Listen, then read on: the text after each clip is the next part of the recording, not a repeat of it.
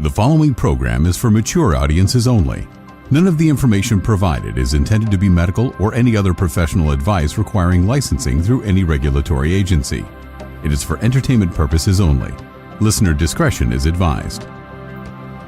Hi, I'm Amy Satori. I'm an intuitive spiritual counselor assisting in raising the vibration of our planet.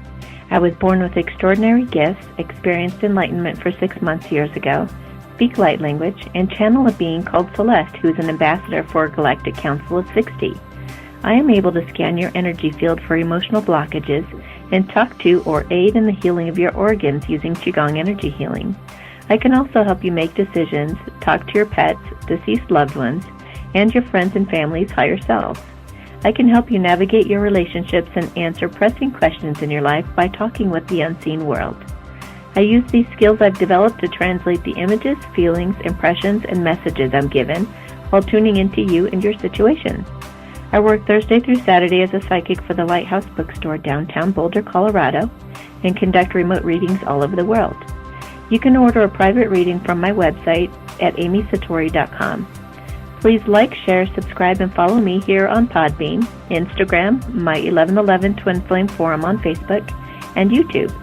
Set a reminder in your phone to call live on the show any Sunday, 5:30 Pacific, 6:30 Mountain, 7:30 Central, or 8:30 Eastern, to ask me a question, receive a blessing, or have me do some energy work on you. So, my friends, without further ado, let's get to today's show. Welcome to the Satori Show. This is Amy Satori, your host. Today is going to be a pre-recorded show because I've got plans this evening. So I hope you guys enjoy this special show I put together for you guys. It was a labor of love, let me tell you. What I did was I just talked to or interviewed a bunch of people that most of them I know or have been on the show, and I asked them to create an audio of either their favorite memory or what they love about the holidays, or to just share their thoughts about Christmas or the holidays in a way that would empower people. So, here is that compilation that I've put together for you guys. And the idea that I had in mind was actually to maybe have it playing in the background as you are wrapping your presents or something like that this year. So enjoy and happy holidays. Hi everyone, happy holidays. This is Alan from the Lighthouse Bookstore. One of my very fondest memories of the holidays, my most cherished memories, of course, are with my grandma and how she would decorate the house and have the best Christmas tree, and she was like making the best food on the planet. All of her home cooking was just wonderful. Of course, she was the best cook ever. I just remember her house during the holidays was so warm and inviting and comforting and full of love, and she had grapevines in her yard, so she would make homemade grape juice. I've never had such delicious beverage in my life. It was like, I just remember the pear orchards, and I just remember the walnut orchards, and I just remember the blackberry bushes and all of the food and just all of the love and all of the comforts of home. And those are the best memories of the holidays. That's why I love Christmas so much, because my grandma made it so incredibly special. Thank you, and happy holidays, Merry Christmas, and have a wonderful life. Hello. My name is Brianna, and I am excited to tell you about my holiday memory.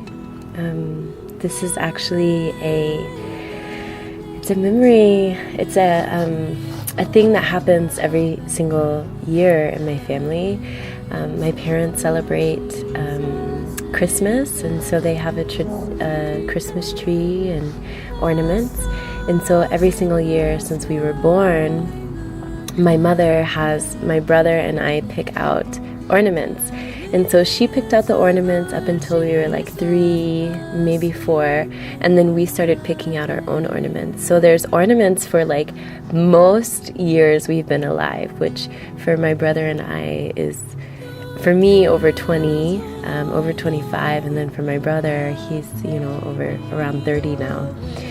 So we have all these like super like crazy ornaments, like of course starting from the 80s, until now, and you get to see how ornaments change. And my mom is so excited every single year to put up the ornaments, and so I don't live in the same state as my family anymore, and so she waits until I fly in to put up the ornaments on the tree, and we all put up the ornaments together, and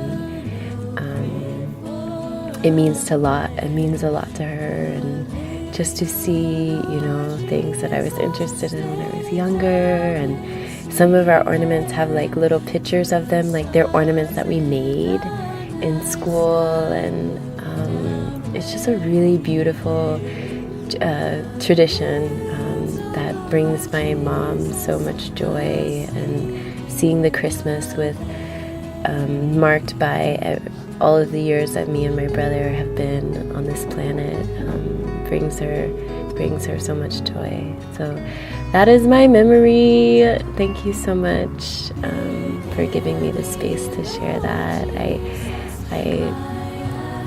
hope that each of you listening are creating new memories and new traditions and new rituals and restoring the old. Much love. Hello everyone, this is Lauren, fellow co-worker of Amy's, here to share some thoughts on Christmas.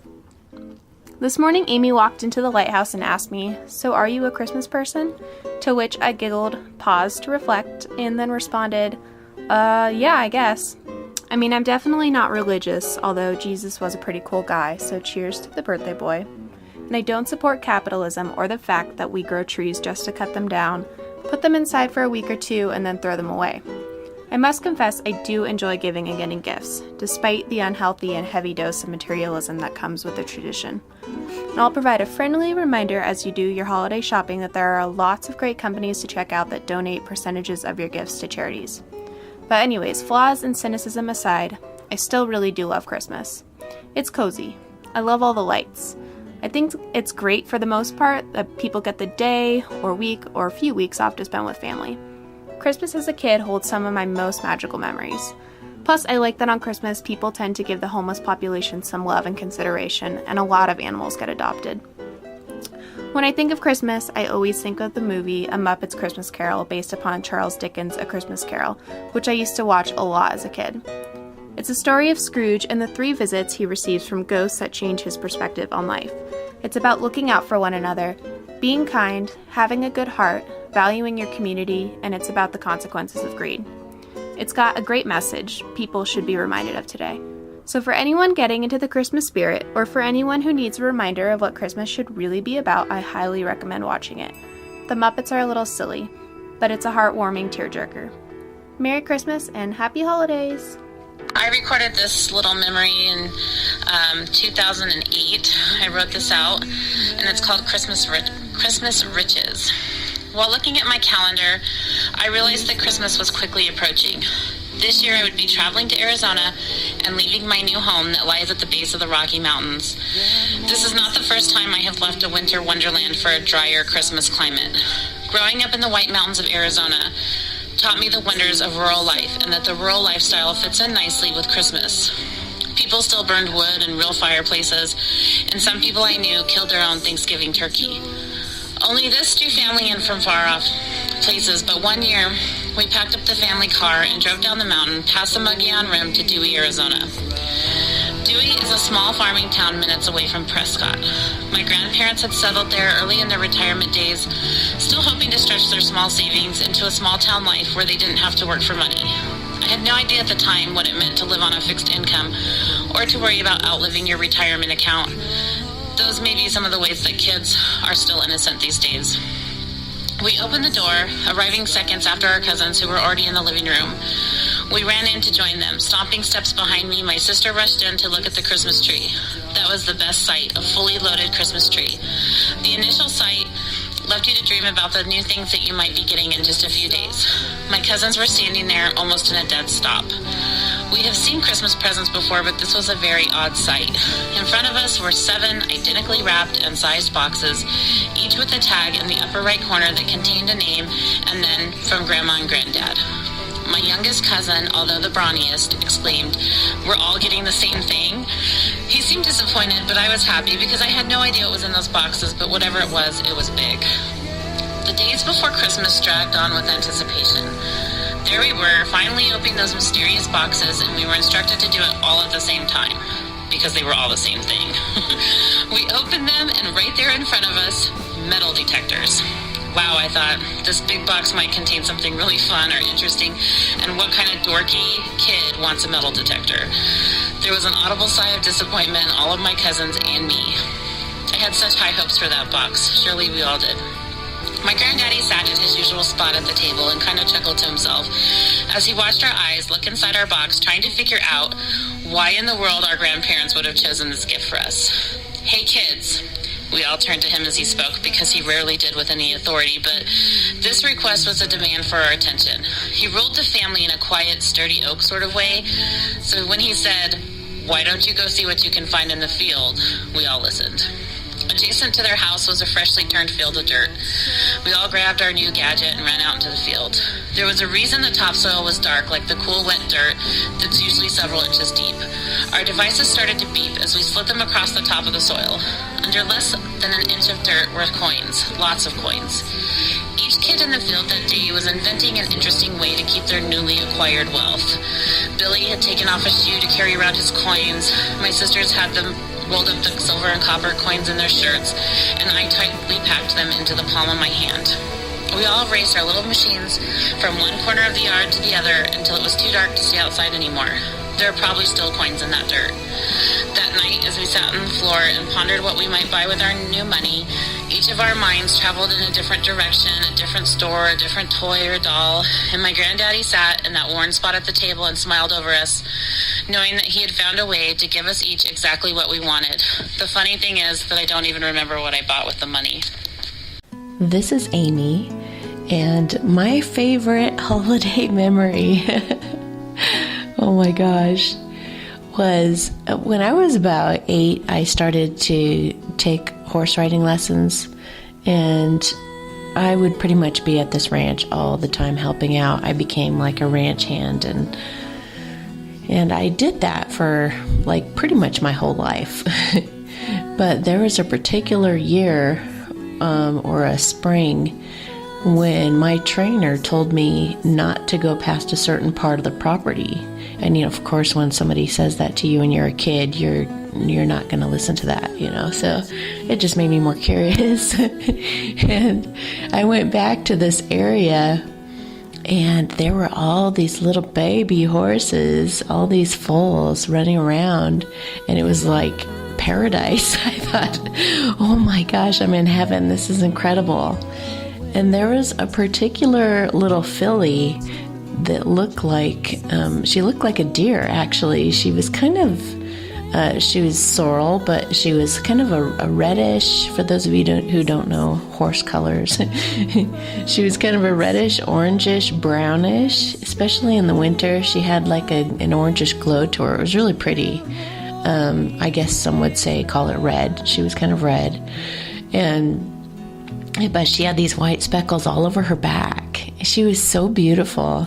And then she had kind of a cream-colored mane and tail. Anyway, so she and I were so curious about each other, and we were so young when we were peeking out from behind the bush, and I was looking at her, and then she'd look at me. And then all of a sudden I realized, oh my gosh, like she's viewing me the same way I'm viewing her. And so then I kind of startled her. I jumped at her to see what she would do, and then she jumped at me, and then it was like we had this really sweet time of running and hiding from each other and jumping out at each other.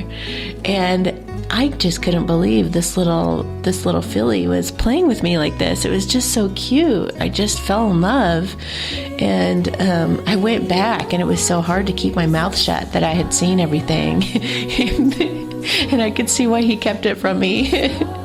But then I go back to the ranch, and I finally, I couldn't hold it back. And I told my trainer, oh man, was he mad?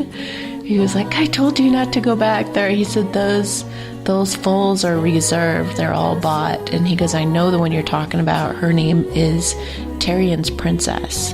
And she's already been reserved, and, you can't do anything about it. So I didn't want you to get hooked on her or, fall in love with her just like you did. And so I was bummed. Oh man, I cried and I cried, and I couldn't forget her. And I never went back over to that area, and I don't know if it's because I couldn't look anymore, like I didn't want to see, or they moved them or something. They must have moved them, because I think I would have, gone back. But, yeah. So anyway, fast forward a couple of years, and our Christmases back then were kind of a bummer, because my dad was really depressed. And he and my mom had a stroke when I was really little, and she pretty much was handicapped my whole life from when I was about age 2 or 3 on up.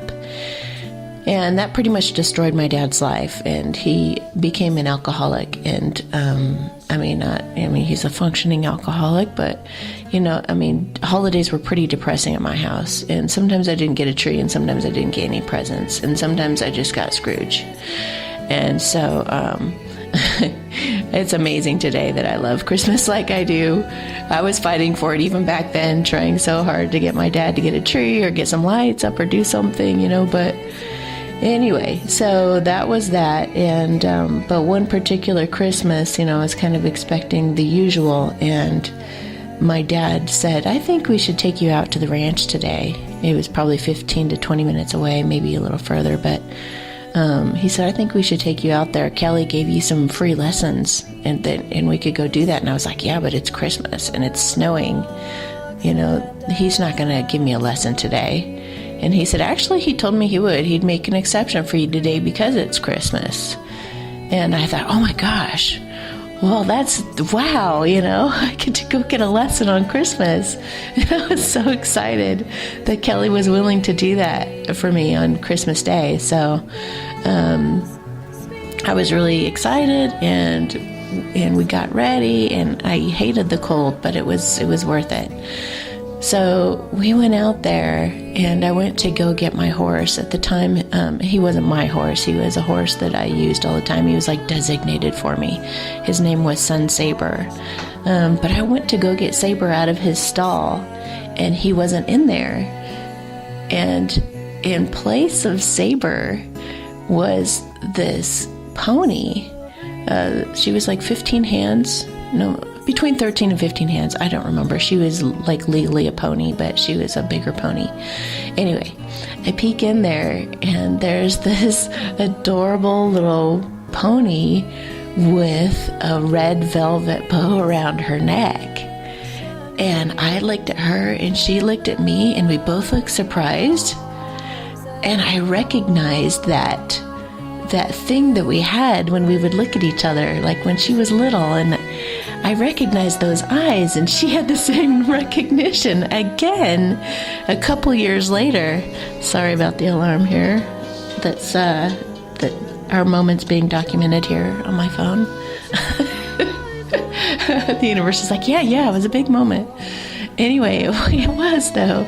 And I just started crying, and I whipped open that stall door and ran up to her and gave her the biggest hug, and I could just feel her hug back. And it was so beautiful. It was so incredible. I just couldn't believe it. I couldn't believe that my dad did that. So I actually got a pony for Christmas, and Kelly gave him an amazing deal. And I don't know how somehow the deal fell through, and whoever she was reserved for ended up not wanting her, or something happened, or maybe they had something fell through with the deal. But thank God, because I got Princess. I named her Princess, or called her Princess. And she was like the most incredible gift ever. I loved her so much. She was so amazing. And that was just the most incredible thing that's ever happened on a Christmas. And he definitely made up for all those years of being a Scrooge and not making Christmas special, because that was just such a miracle. And I'm trying to think of something I could tell you about. Well, there was one of my favorite moments with Princess was we were in the arena one time, and I had gotten done with a lesson. There was nobody around, and so I had been riding her for a bit, and we both got really, really tired. It was amazing how we were like soulmates. You know, we felt the same things and thought the same things, and we were spooked at the same things, and we were just so alike. So we go over and we're both really tired, and so I laid down or like leaned up against or sat up against a big pile of shavings. And to my shock, she laid down next to me. She got down on her knees and laid down next to me. And I was like, oh my gosh, there's this huge animal next to me. And I thought, I don't know, you know, part of you is like, I don't want to move. If I move, she'll move, and then somebody could get hurt because she's so big, you know. But I slowly kind of scooted over closer and closer to her and gave her a hug and petted her and snuggled into her. And I actually fell asleep on her. It was one of the most beautiful things. I mean, to feel her and hear her breathe like that and be right up against her was just surreal. It was so incredible. But that's one of my favorite moments with her and my favorite Christmas. Hope you guys enjoyed that. So one of my favorite Christmas memories are obviously when I was a little girl, when I had all my cousins over, my grandma, my aunts, my uncles, just everybody, the big family. And since I'm Mexican, so obviously that's huge. So the tamales, the turkey, the ham, like everything, just a lot of food, a lot of candy, dessert, all the presents. And I remember like this one time, we were at our house and everybody came to our house and we had the Christmas tree up and a bunch of food. I mean, all the presents. And I just remember like those times, and when I always think about Christmas, like I think about those times when we had a lot. Hi, my name's Jeannie. One of my favorite memories was Christmas 1990, when most of my family was gathered from different parts of the country at my grandmother's home in Florida. It was the first Christmas after I was married, and there was a giant, very festively decorated welcome banner for us when we pulled into the driveway from Virginia. My cousins made it with my brother's help, and it was front and center. And they all came out to greet us, just happy and jumping up and down, and just lots of hugging, and it was just great. And then that evening we went to a special Christmas Eve service performed by a beloved mentor of Billy Graham's. His name was Dr. Watson. He spoke about the birth of Jesus and God's greatest gift of all. John 3:16, for God so loved the world that he gave his only begotten Son, that whosoever believeth in him should not perish but have everlasting life. And that pastor prayed that his knees would actually wear down from kneeling before God. It was such a powerful message of love and faith and goodness. We awoke on Christmas morning to my Uncle Barry's usual fun candy trails leading from every bedroom and weaving all over the house and leading to special prizes for everyone. In my mind's eye, I remember that there were presents under the tree. I see them, but it was never about gifts. What I really treasure is that feeling of love and all being together in one place, laughing and catching up and playing cards and board games and even Pictionary. And this is all with my grandmother, my aunts and uncles, my cousins, my parents, my brother, and my new husband. It was such a bonding feeling of family and love on such an incredibly blessed day. My grandmother, my Uncle Tom, and my mom have all been called home to God since that Christmas. It's not the same, but those family members are still with us in spirit. And this was God's promise, and it was his sacrifice, all for love. This is Jen, and when I think back to what I love most about Christmas, or a favorite Christmas, it's honestly really, really hard to pick just one, but I would have to say it was when I was younger. We were living in Connecticut, and we had our family room was this huge 2-story room, and it was painted red. And so we got to have these massive trees when we were little. And we would wake up, and my sister and I always, woke up each other, or she would wake me up, and then, get our parents and hold hands and walk downstairs, and there was a door and a little set of stairs to the room, so our parents, my dad, video recorder in hand, always would have us wait, and then open the door, and they'd open the door, and we'd come to the top of the steps and just see this huge tree, all lit up, candy canes hung, a note from Santa by the fireplace, and this year I just remember seeing these 2 huge boxes among the sea of all the other ones, and just shrieking, and really, I don't even think we knew what were in the boxes, but it was just such an incredibly fun time, and my grandparents were with us for that Christmas, and there was just something about seeing that massive tree and having a fireplace going and that big great red room, and I can't think about Christmas without thinking about a lot of my earlier ones. My mom's dad was actually born on Christmas, and he, like nobody else, would get this little elfy twinkle in his eye. And Christmas, for a lot of reasons, will always make me think of him.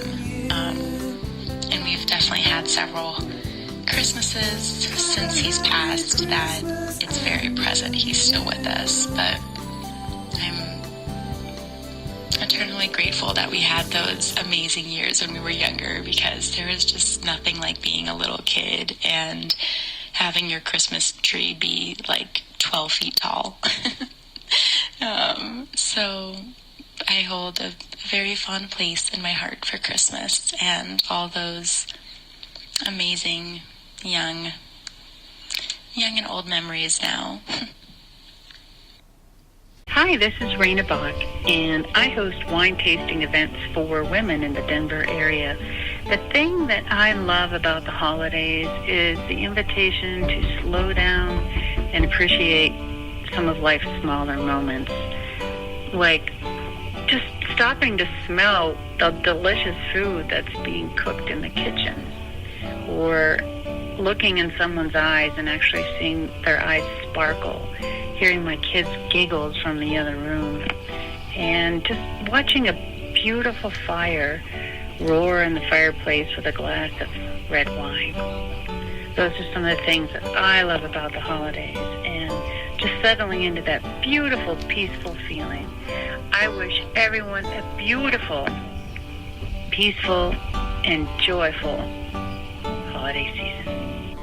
This is Jim, and my favorite Christmas memory is about meeting my divine other.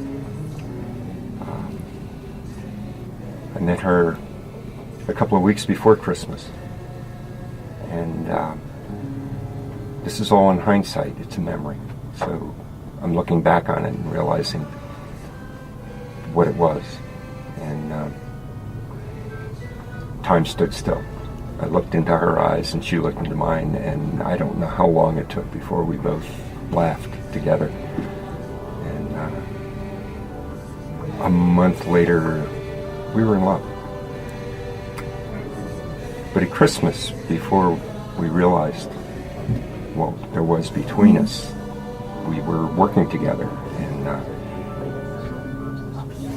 the team Christmas party was included a grab bag of Christmas gifts. And I put a bottle of wine in the bag, and I drew out a tiny little package wrapped in cloth, and it contained a pair of titanium earrings. And people looked at me and started laughing because they thought they were very feminine looking, and I said no. I took the stud out of my ear, the diamond stud, and I put the loop in, and it felt great. Afterwards, I learned that she had pulled my bottle of wine out of the bag. And when I look back on it, I think that's a synchronicity. But it's my favorite Christmas memory. So, and we'll see how all of this unfolds. And, maybe next year I can add to it. Hi, this is Julie, and my favorite holiday memory is going to Santa Fe with this guy that I absolutely love. And we spent 3 amazing days, 2 beautiful nights in downtown Santa Fe, New Mexico. And we hugged into the new year. We weren't dating yet, but we hugged into the new year. And the best memory I've had for a holiday in a long time. So this guy, his name is Nate, and he's the love of my life. I knew he was my twin. I knew he was my twin immediately the first time I've ever met him. Every alarm went off, and I was inspired, and I knew that I had to meet up with him immediately as soon as I met him. I knew that he was going to be very significant in my life, and it turns out that he's going to be. So going to Santa Fe kind of confirmed what I felt initially in the beginning. Hi, this is Liz from episode 22, and I have a couple holiday memories I like to share around the holidays. I know it's kind of crazy, but I love going to shopping malls around Christmas time. I know it's crazy, everyone is there, it is jam-packed, but there's something about the holiday decorations and everyone hustling and bustling together. It's a lot of fun, and I probably do it every year with a couple of my friends, and we'll get our last minute Christmas shopping done, and sometimes it's the last minute sales. And there's something really magical and fun about that, getting your peppermint mocha latte or whatever all those holiday drinks are. That's probably one of my favorite things to do around the holidays. And then in terms of actually Christmas Eve has always been my favorite time around the holidays. I'm Italian, so we do the 7 fishes, which is we do smelts and fried calamari and bacala, and I don't eat fish, so it's very interesting. I eat a lot of bread, but it's more of building that community and that idea of family around food, which is great. And that's probably one of my favorite moments of everyone just around the table and just being grateful for everything that we have. And so many people, are not together with family or don't have that special those special moments around the holidays, which is like I feel like you need the most. So those are probably my 2 favorite memories. I love Christmas. It's such a great time of the year. And yeah, happy holidays. My name's Nick DiNapoli for the Lighthouse, and I love Christmas. I love all the holidays, actually. Just this time of year, it gives people a chance to just be completely irrationally, unabashedly joyful, and just this time of year, it's for cheer and goodwill to all mankind, and there's nothing better than that. There's nothing better than that. This is Gretchen with the Lighthouse Bookstore, and I have a fond memory of Christmas. Well, I guess it's also an implanted memory from my parents and grandparents because I was pretty little. We used to go to my grandparents every Sunday after church, and on Christmas we would do the same thing. And it was back in Pennsylvania during the winter time, and my grandparents had 4 different sleighs that they would take all the grandchildren for rides on. And my cousin and I, who were probably 3 and 4 at the time, were put in the sleigh, and as my grandfather was getting ready to get in as well, the horse got spooked and took off. And of course, our parents were panicking and running and screaming and trying to get the horse to stop, and my cousin and I were bouncing around, having a good old time, going down the road. And I think it was about a quarter of a mile down, the horse finally stopped for whatever reason. And my parents caught up to us and make sure we were okay. But as soon as they got to the sleigh, we had big old grins on our faces and we had the ride of our lives. So I guess it goes to show two different perspectives of the same story.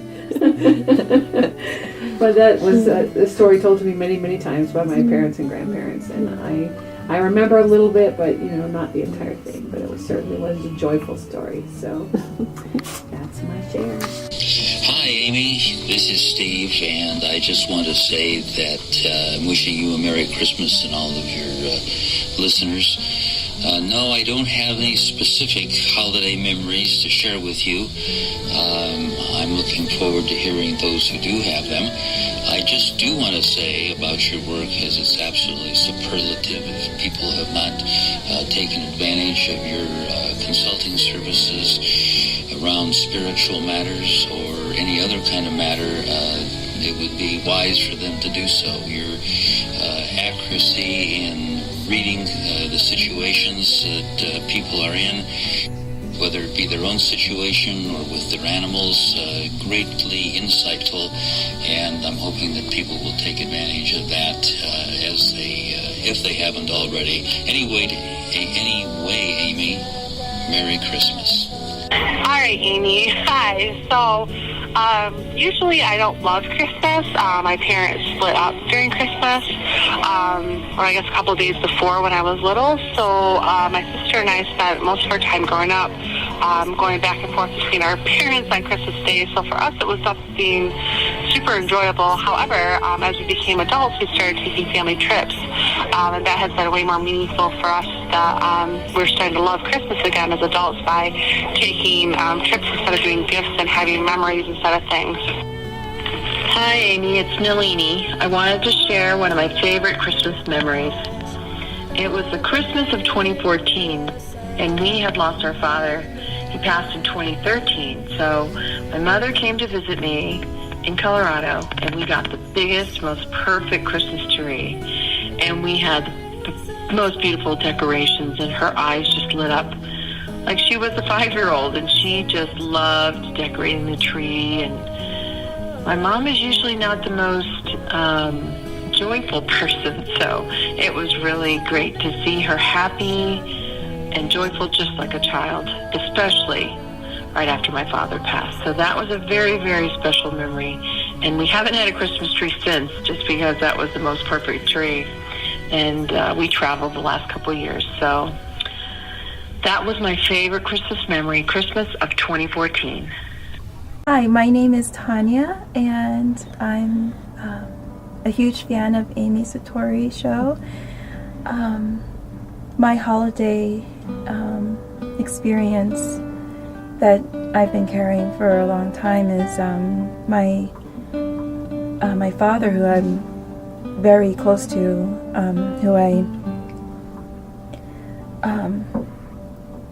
who I've had a very close relationship with, passed away on December 23rd, 2000.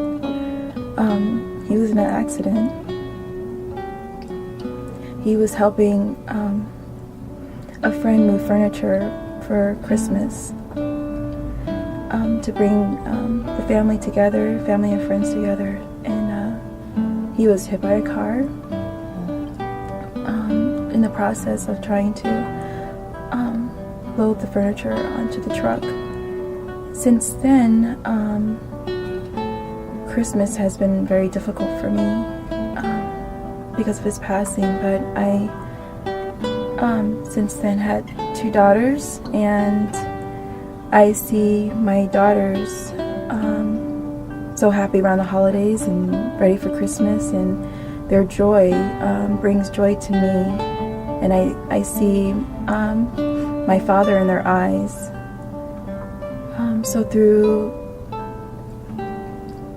tragedy, I've been able to come together over these 18 years to find happiness again, and I am now able to look forward to the holidays, even though I still miss my father tremendously. The holidays gives me another chance to remember my father and spend these beautiful days, these holidays with my daughters. My father was a functioning alcoholic for most of his life, and he would drive drunk, and he would drive under the speed limit, which would cause suspicion by the police, and he's had many DUIs, and I feared that he would hurt someone. And I was just a child, I didn't know, and I didn't understand what it meant for my dad to be an alcoholic, and my mother explained to me that he was a functioning alcoholic, and I honestly don't really understand much of the difference, but it was very traumatic growing up in a household like that with myself and my twin sister, hoping and wondering where my dad was at night, and being thankful when we would wake up to go to school to see that he was home. So, and he was asked to help, since he loves pickup trucks made by Ford. That was his thing. And we had a family farm, so his friends would try to, use his truck and any reasons that they needed to, but this particular day, his friend asked if he could use his truck to move furniture to add seating to his house for his family and friends that were gathering. So my father agreed, and he allowed this person to drive his truck, but my dad was in the car, and the furniture was not held down properly, and it began to fall off the truck. So my father asked him to pull over so he can get the furniture back onto the truck, but this man was not from America, and he was from the islands, and they don't really have regulatory laws of driving, so he didn't know, but he pulled over to the left lane, and my father explained to him that here the law is to pull to the right. So he would not move my father's car to the right lane, so my father ended up getting out of the car anyway, out of the truck, and to get the furniture loaded back onto the back of the pickup truck. But this man had brought his son. He was 12 years old, and the boy got out of the truck, and he yelled to my father, Mr. Clay, can he help? And my father yelled to him to get back into the truck because it was dangerous, because his father had parked on the wrong side of the road. And as my father tried to put him back in the car, a family was driving, and it was pretty dark in the morning, and the driver hit my dad, and my dad, he passed away soon after. But what was so sad about the situation for me was that knowing that my father was trying to do something to help his friend decided to lie, and because I guess he was afraid of getting into trouble, but he lied and said that my dad wasn't supposed to be helping him, and the judge asked his son to speak up in court to find out what really happened. And since the boy was only 12, he was afraid, and he told the truth. He said, no, Mr. Clay came back to tell me to get back into the truck and help me back into the truck, and that's when the car hit him. Okay. Since my father was a functioning alcoholic, I was worried that maybe health-wise he wouldn't have had many years anyway, but after the autopsy, and he was healthy. He was just a functioning alcoholic. So we knew we could have had more years with him, and maybe this was just meant to be, and I don't know. But over these years I have come to grips with it, losing my dad. But I just miss him so much. But yeah, so the holidays are pretty difficult for me. But with having my daughters, I'm able to enjoy seeing their eyes light up when they think Santa has arrived, and seeing them smile, and I just see my dad in her eyes. So I know he's still here. Happy holidays. Thank you. So what do you do to deal with that?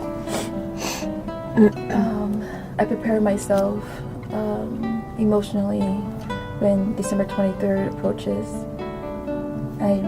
Since I've had my daughters, I just focus on them more so than ever, because they do bring me a lot of happiness. And I think about my dad, and I tell them how much my dad would have loved to have met them.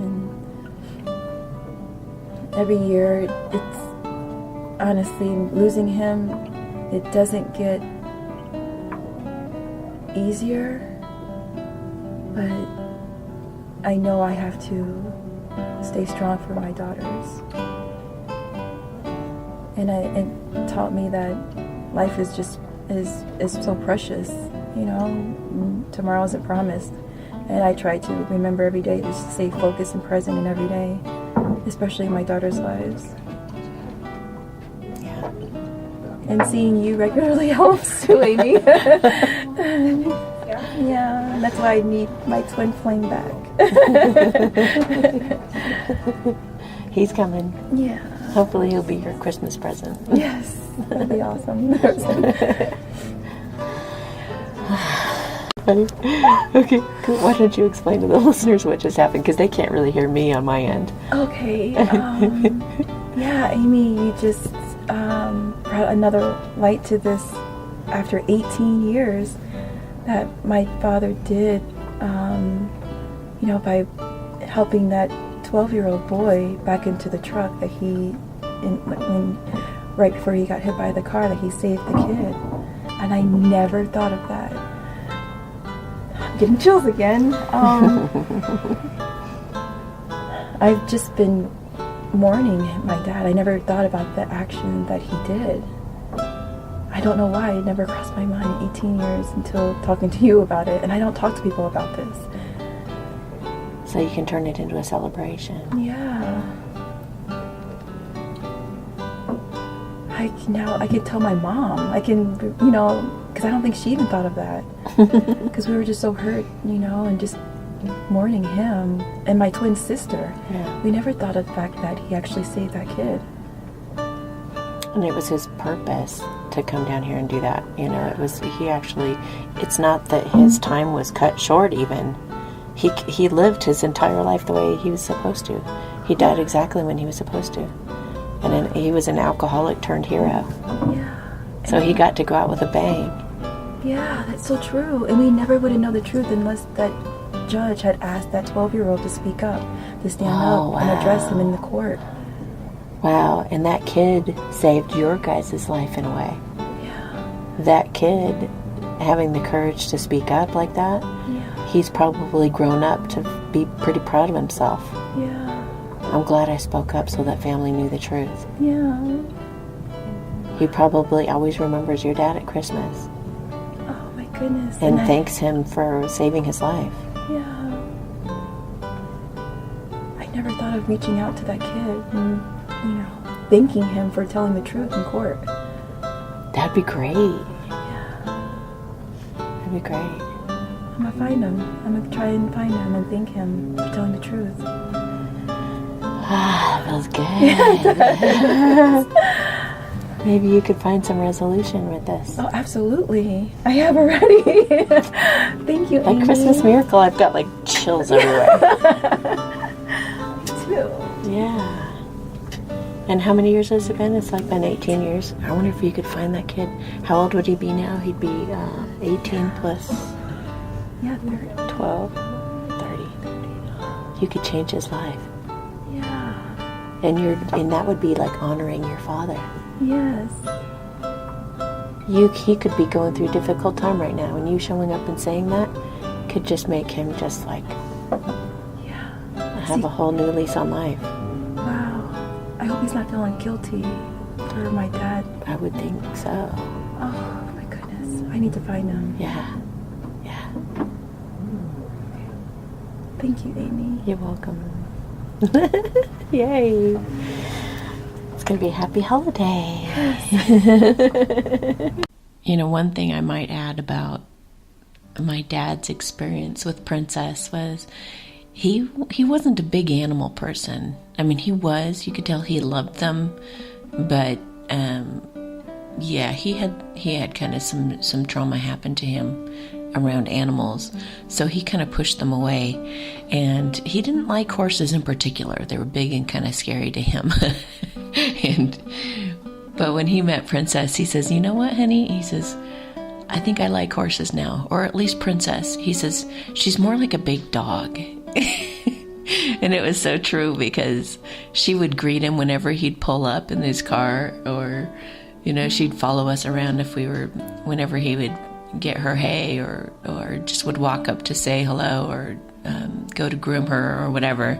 She was just like a big playful dog. So that was really sweet too.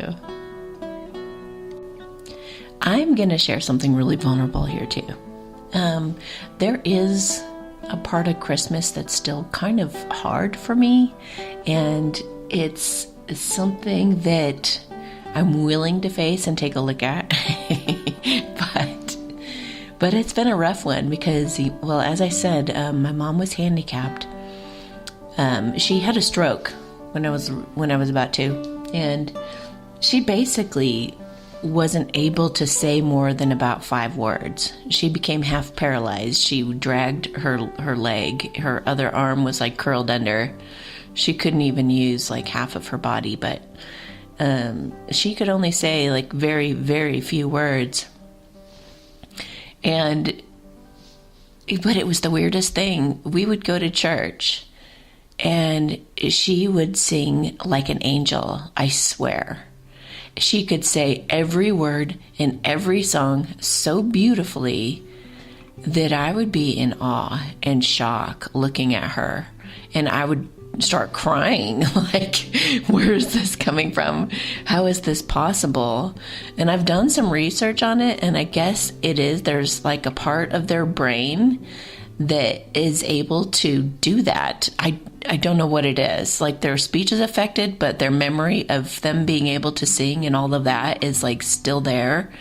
I don't know, but it was the freakiest thing. And it was like there was a part of my mom that I didn't know. It was like that was the normal mom. That was the mom I never got to see. That was the mom that would have taken me shopping and taught me how to be a girl instead of a tomboy. That was the mom that would have, lovingly kissed me on the head and sent me off with lunch that I never got to experience. That was the mom I could have talked to about girl things and never got to. So for me, it's like, really, it's very emotional to ever go to church on Christmas. I can't do it because, I've done it. I did it in Paris. I've done it, and I can do it, but I gotta bring Kleenex, because when I start hearing the songs being sung in church and everything, I just think about my mom. It was.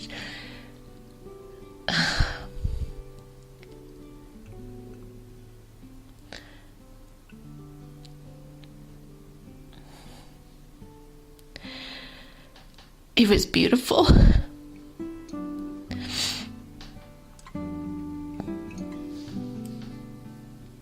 So it's really hard to hear people sound like that and sound so beautiful. And to never have had that with my mom. She was a really special woman. With such a great sense of humor, and she was so kind and so loving. But she was like a 5-year-old, Like everywhere that we went, like everybody knew me. I was a celebrity where we grew up in Southern California, and I'd go down for the summers and everybody would be like, oh, you must be Linda's daughter. We know everything about you. And she could convey her idea. You know, she would just use her words so well that she could convey her love for us, me and my brother. And they all knew what we all looked like. They had all the recent pictures. It was the craziest thing. And she was such a sweetheart. So, yeah, that's my soft spot at Christmas, guys. And this is me being totally vulnerable. But you know what? You don't have to let that stuff be a bad thing. You know?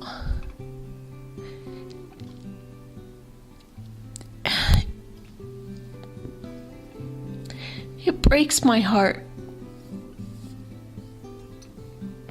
when I hear people say that they've been through some stuff at Christmas and it's ruined their Christmas forever, or a birthday, or any kind of special occasion. Why do you let that ruin you? You know, why do you hold on to the bad stuff? Why not change it around? Why not look at it different? You know, you could have so much joy and be enjoying the holidays. You could be enjoying all these special occasions in your life. You could be having the best time, but you let something like that get to you and get you down and keep you from being really happy. So if you've got something like this, and you were willing to listen to this show despite all the Christmas music, you know, then there's something still in you. There's something that wants to heal the ugly stuff. Why do you got to feel depressed and alone? You don't. Why do you got to mourn that person? Why not honor them? Why not celebrate them? You know? So anything like that you've got going on like I do, like, do something about it. You know, do something about it. Don't let anything ever hold you captive and make you a prisoner. There's no time for that.